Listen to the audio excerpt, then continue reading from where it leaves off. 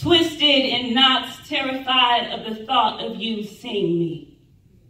You leaving me in my past miseries, my past victories, silenced by the shames of the fight, the embarrassment, the abuse, the course of trials I had to sit through to know that I was loved.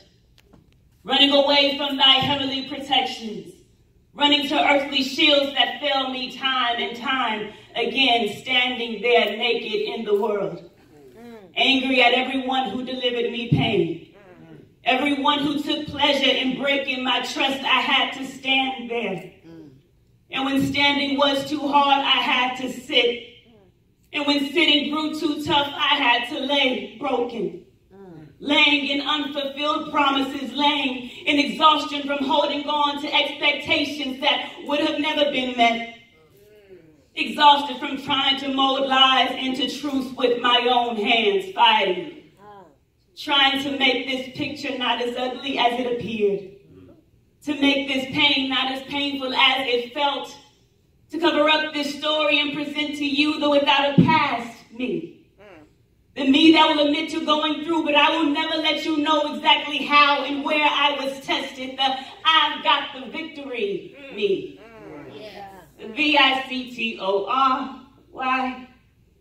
Why is this the only version of me that you can understand? If I was to give you the unedited version, if I was to point to you the hill that I had to climb, if I was to reveal to you the raw images of my past, it may prompt you to walk away. Yes. Yes. Or worse, it may entice you to actually look at me. And I can't have you looking at me because I know you. Well, you'll leave me in my past miseries. You'll judge me as if judging was your spiritual gift. You'll tell everyone around where I've been, what I've done, what's been done to me. You'll make me put on this mask, and I'll never want it removed. well, I'll never want it removed from you. I get eyes cold. Empathy nowhere to be found. Like the road I traveled wasn't far away from yours. Like God did not deliver us from similar storms, like darkness just skipped over your righteous flesh and bone, and you never had to fight. You never had to cry out in the midday hour. Sun still shining, yet your soul is searching for a break. Sun still shining, yet your soul is searching for a break. Can you see me? I'm breaking from the weight of your expectations. I guess I'm too fragile for your holiness. I'm too brittle for your condemning stare. And the aroma of your hypocrisy, it sickens me. Because when I look at you, I look at me, looking at you, looking at me. We are the same. Both running to hide in a place where we can't face the truth of our journeys. Refusing to admit that sin found us, that we found sin. Refusing to admit the pain that we voluntarily and involuntarily sustain.